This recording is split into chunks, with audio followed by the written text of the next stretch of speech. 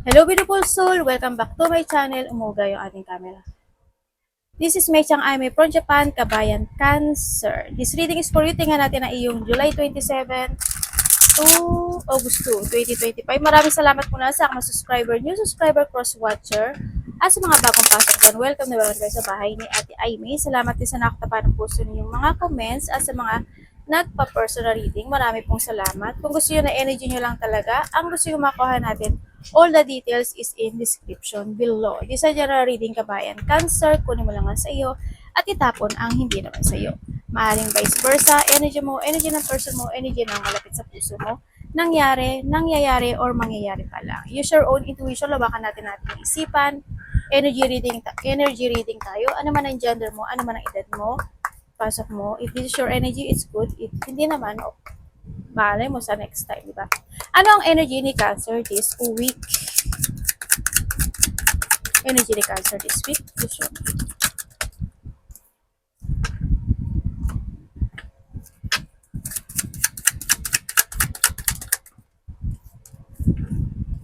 Oh.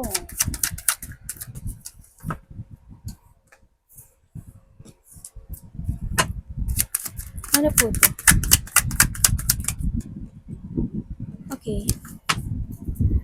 Kaya ang energy mo this week, ang nakita ko sa'yo dito ay may mga hihintayin ka, may mga hinihintay ka, o may mga wini-wish ka na gusto mong ma-achieve, no? Yun ang nakita ko, may paghihintay na ng resulta, ng reward, or waiting for something. You are patiently waiting for something to achieve, no? Yun ang nakikita ko. Energy mo, maaring gusto mo yung may mga bagay na gusto mo nang maayos, gusto mo nang isaayos, mga ganon. Gusto mo nang umpisahan, may mga ganong sitwasyon. May mga hinihintay ka na kahilingan in life. No? Sana hindi lahat kayo, I hope hindi kayo lahat, may mga sadness situation o frustration na pinagdadaanan this time. No? Sana walang bad news, sana na hindi ka feeling empty, feeling drained, or wala sanang pagkakaroon ng pag-isolate, no? Meron kasing unfulfillment situation ako na nakikita sa iyo, ng mga bagay na discontent, ganyan, situation. Sana wag naman. Tingnan natin ang parating. Ano ang parating kay Cancer? May mga iba dito, problem, struggle, or yung energy mo or may mga pinagdadaanan ka na bigat o hirap. Parating kay Cancer. Please show me.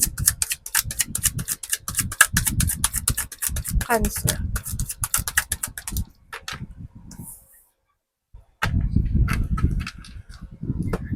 Ay, umuga.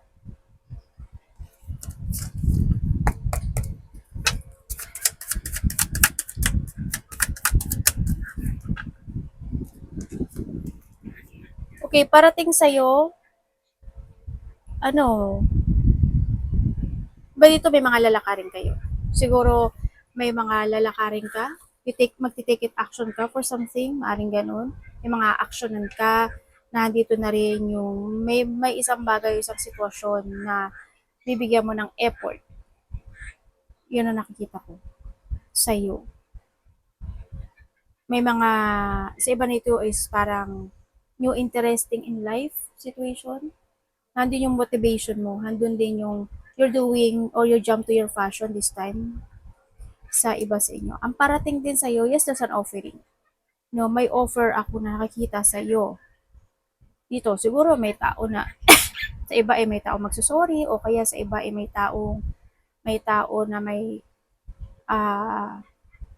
aayain kang lumabas, mga ganyan. May travel din ako na nakikita dito. Yun ang nakikita ko. May tao din na makipag-usap sa'yo. May tao makipag-usap sa'yo. Kasi gusto niya ng peaceful situation. Gusto niya gusto na niya ng mental peace. Kumbaga, siguro ginagaba siya o kaya gusto na niya talaga ng kapayapaan, maaaring ganun. Yun ang nakikita ko dito. Or maybe this is you. vice versa. Iba dito mga bagong interest sa buhay or may mga bago kang aaksyonan this time na gusto mo nang maging makatotohanan yon. Maybe a creativity, any situation. Yun ang nakikita ko. Andito na rin yung may mga pupukusan ka na andun yung strengths mo, may mga encouragement, ganyan. Ako nakita yung may mga bagay na titibay daw yung loob mo o kinakailangan. May mga moving forward situation. Ako na nakita sa'yo. Tingnan ko nga to. May gusto kong alamin dito.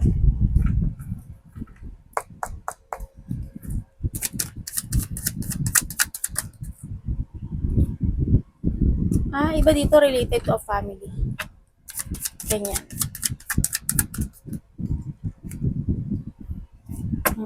Related to a family yung iba. Yung iba dito pagsisimulang muli, no?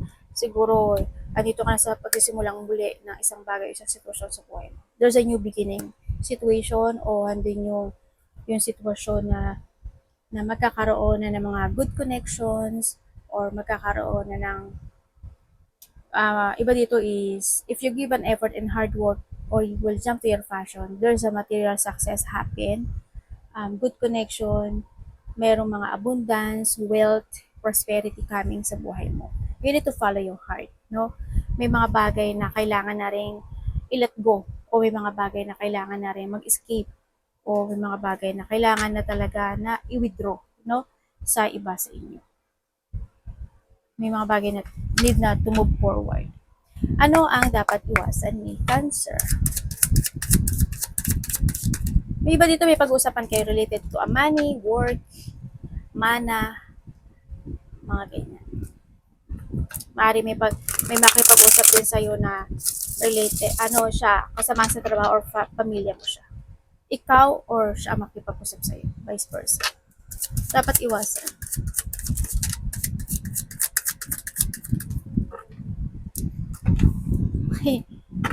Parang ito yung kinasasangkutan mo palagi Ayan Diba? Yan yung kinasasangkutan mo palagi. Okay. Dapat iwasan.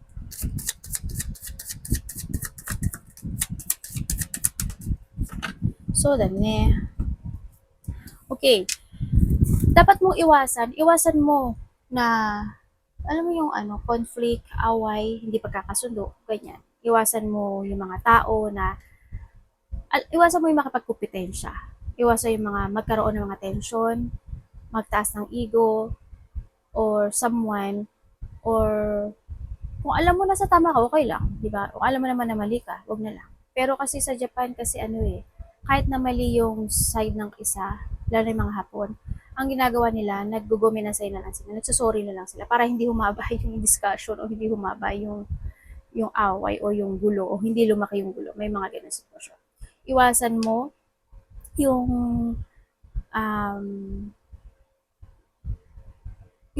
yung magtapang-tapangan, ganun.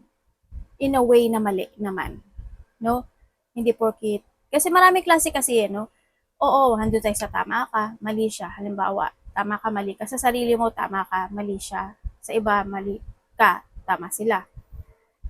Kumaga, iwasan mo na lang yung discussion na magmatigas or yung hindi mo makontrol yung sarili mo, iwasan mo yun. Kasi ito mo, si Lion, di ba? Nandun yung sitwasyon na, alam mo naman yung Lion, di ba? Parang nangangagat siya. Ganyan, nananakmal. Yung ganun. Iwasan mo na lang yung maging ganun. Kumbaga, mas maging patient ka more. Yan. Yung pinaka very, very good. Kasi, nakikita ko dito, medyo nagiging maganda. Yung hindi magiging maganda. There's a sadness, failure situation, dissatisfaction situation, negative outcome, syempre, andun yun. So, iwasan mo na magtaas ng ego, syempre. Iwasan mo yung gulo, yan, umiwas ka na lang. Kung may mga tao na hindi ka gusto, it's okay lang. Mas magandang mag-move forward ka na lang. Ganyan. Sa nakita ko dito. Iwasan mo rin na, syempre, yung magkaroon ka ng self-doubt sa sarili mo. malack of confidence ka, iwasan mo yun. May mga bagay na kailangan pahalagahan, alagaan, mga ganyan. Sige natin ang love. Pero nasa sa'yo yan. Kung paano mo i-handle in a positive way yung sarili.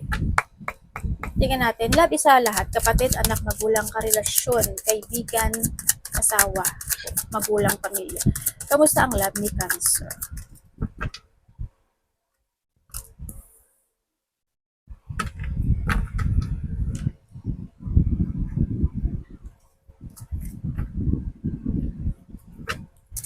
Sa love, ay, ano ba yun? Hindi pa nga eh, sandali lang. Sabi, hindi pa nga. Pero kanin na natin yan.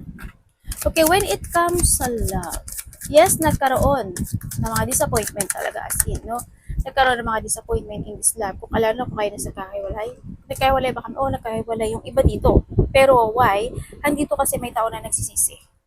Nagkakaroon siya ng pag-isolate sa sarili niya kasi because of the failure situation, hindi pa siya total, na-disappointed, no? Nauhold siya na nakaraan, ikaw to or siya, vice versa, kasi wala akong pointed name. Nagkaroon ng mga frustration in this relationship, nagkaroon ng blockage dito sa relasyon na to. Kumbaga, yung isa dito naging siguro masyado naging matapang or nagmatapang, mga ganun situation. May tao o maaring nalito siya, no? Nalito siya. Kung mahal ka ba niya or hindi na, o kung sa iba dito siguro third party, ganyan. Handun yung emotions in this relationship. Yon. And nakita ko naman na may tao nagkaroon ng betrayal. No, they feeling emotions or may mga may betrayal situation. Ako nakita.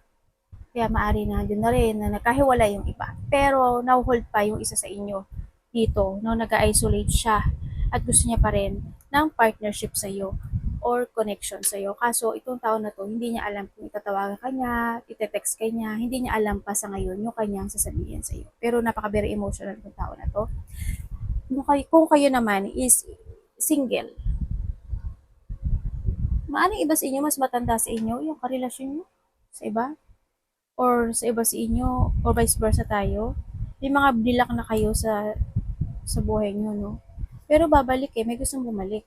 Kung single kayo, single. Sa single, sabi dito, may nakakausap na kayo na maaring crush mo or gusto mo o nagkakagusto sa'yo. Yun ang nakikita ko. Sa mga magkakarelasyon, mandyan, ang nakikita ko dito, may mga, yun pa rin, kung may hindi nagiging magandang outcome, ganyan, may mga disappointment, may mga doubts, self-doubt, nawawala sa plano, no, or walang plano.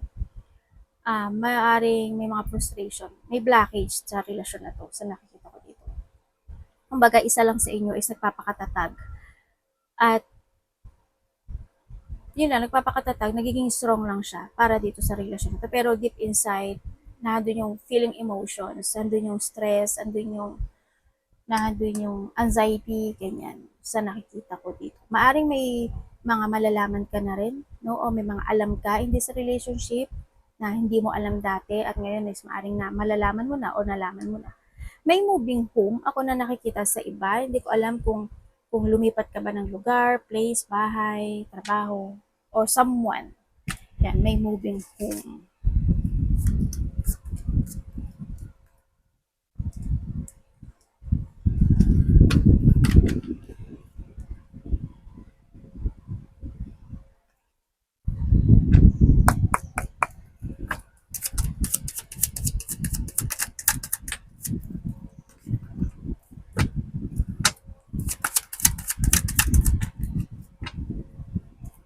Uy, may biglaang daw mangyayari.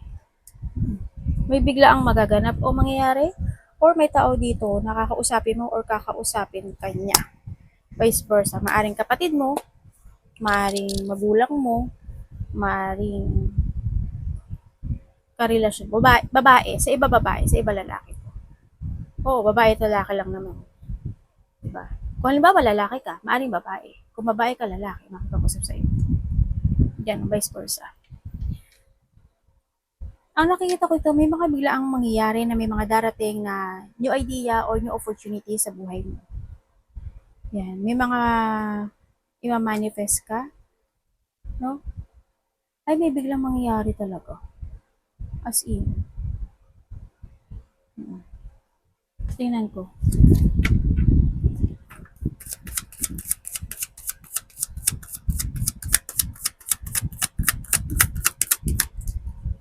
May tao dito na ano, no? Ay, may mga tension pa pala na hindi natatapos sa iba sa inyo. Sa iba dito may tension na hindi pa nagtatapos. Merong biglaan na magaganap na isang ikakashock mo. Or may mga expected and unexpected situation happen. May nakikita ko yung bullying, may pambubuli. Ako nakita, may sadness, may competition, may conflict. Yan ang nakikita ko dito. Also, may tao dito na nahahatak siyang nakaraan. No? Sana hindi ikaw ito. Magkakaroon ng pag-uusap or may makikipag-usap o pakikipagkasundo. Maaring tao sa nakaraan or ikaw ito na nahahatak ang nakaraan. May union din sa iba. Sa iba may union. May union, may tao na makikipag-banding sa'yo or magpa-banding kayo, mag-go out kayo, ganyan. Siba dito may mga calamity, disaster, destruction, may biglang mangyari na problem also sa iba.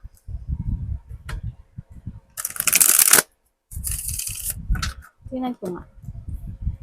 Meron kang pag-iisipan o didesisyonan this time na nangyari sa nakaraan na ikina-emotions mo at ngayon ay nakikita ko dito na maaring magkakaroon sa iyo ng renewal or you're thinking for you're thinking for a renewal sa sarili mo.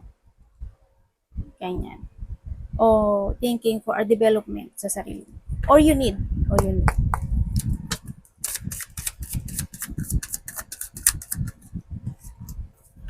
May travel ba kayo? Maaring iba sa inyo is may travel or may tao na makikipagkita sa iyo or ikaw makikipagkita. Nasa ibang baryo, nasa ibang lugar, nasa ibang bansa.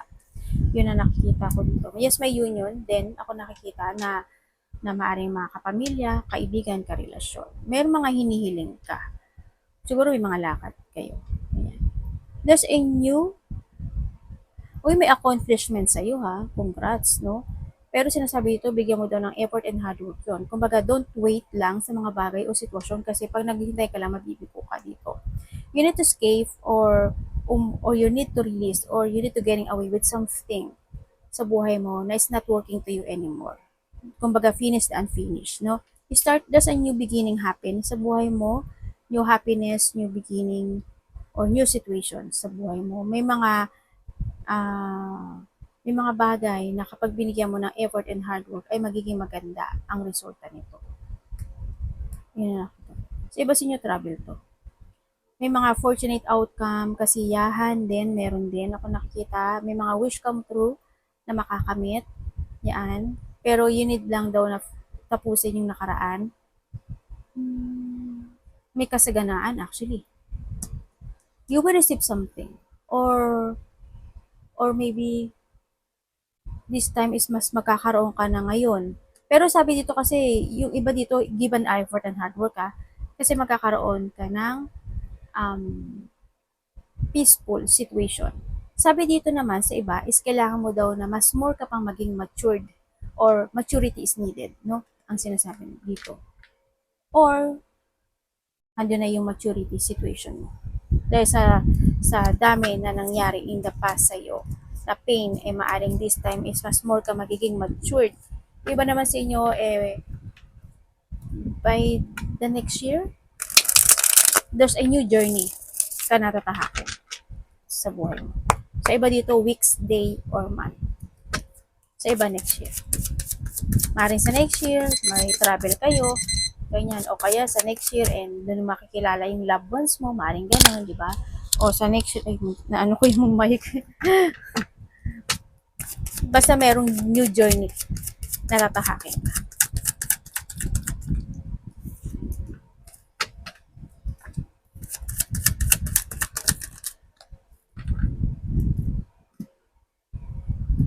Okay. Ang nakikita ko sa ito, may mga bagay na gusto mong aksyonan o gusto mong itama o gusto mo ng clarity o may mga bagay o sitwasyon na gusto mo ng desisyonan this time. No? Yun ang nakikita ko sa iba. Ay, namatay yung iPad.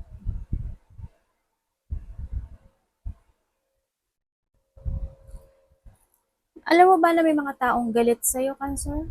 Yan. May, or maaaring ikaw to ha. May mga taong galit, naiinis, o yun. Yun ang nakikita ko dito. Maaaring makakasama mo sa trabaho, connected to your work, ganyan. Iba dito, may mga gusto kayong, itama, no? O aksyonan. And then, ang nakikita ko dito, maaaring iba sa inyo may pinagdadaanan kayo when it comes to a justice, to a law. Maaaring ganon sa iba. Iba sa inyo, siguro, nananakit yung ulo nyo, yung paa nyo, masama yung pakiramdam nyo, or someone is may sakit. Andito rin yung situation na may financial problem sa iba, or may problema kayo sa business nyo, sa trabaho nyo, o sa karelasyon nyo. Yun ang nakikita ko dito. Kung may mga bagay na kailangan mo na desisyonan, ikat, or actionan this time, gawin mo na yung tama. Yung mali, mga mali, gawin ng tama. Kailangan mo na rin dito na manindigan. No? Sinasabi dito. Siyempre, put boundaries din ang sinasabi, no? You need to put boundaries sa mga bagay o sitwasyon mo sa buhay mo. Saang aspeto ng buhay mo yan, no?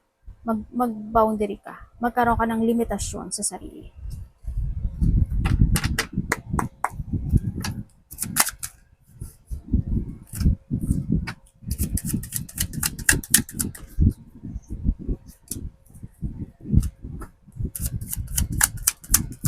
Uy, may mga ano kayo may mga new project, new idea, new opportunity coming sa buhay mo. Ay, Shane, devil.